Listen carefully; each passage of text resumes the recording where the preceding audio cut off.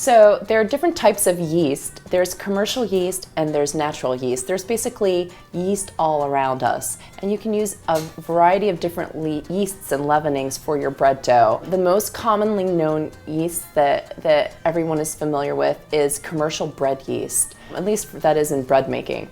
And so commercial bread yeast, there are basically three different types of yeast. There's instant yeast, also called rapid rise yeast, there's active dry yeast, and there's fresh yeast. When you're converting fresh yeast to instant yeast, the basic difference is that instant yeast is coated in dead yeast cells that need to be dissolved, and then the active yeast is inside each granule. You don't necessarily need to dissolve the yeast in water for it to be active. It will dissolve in your dough over a period of time. Fresh yeast basically has water in it. It's not dehydrated like instant yeast or active dry yeast is. So when you're converting between the two, there's more water in fresh yeast, so there's more volume in fresh yeast. So you basically want to divide the fresh yeast by 3 to get the instant yeast weight if you're converting between the two. That's just a very brief explanation on what the differences are between all the different types of commercial yeast. And then there's something called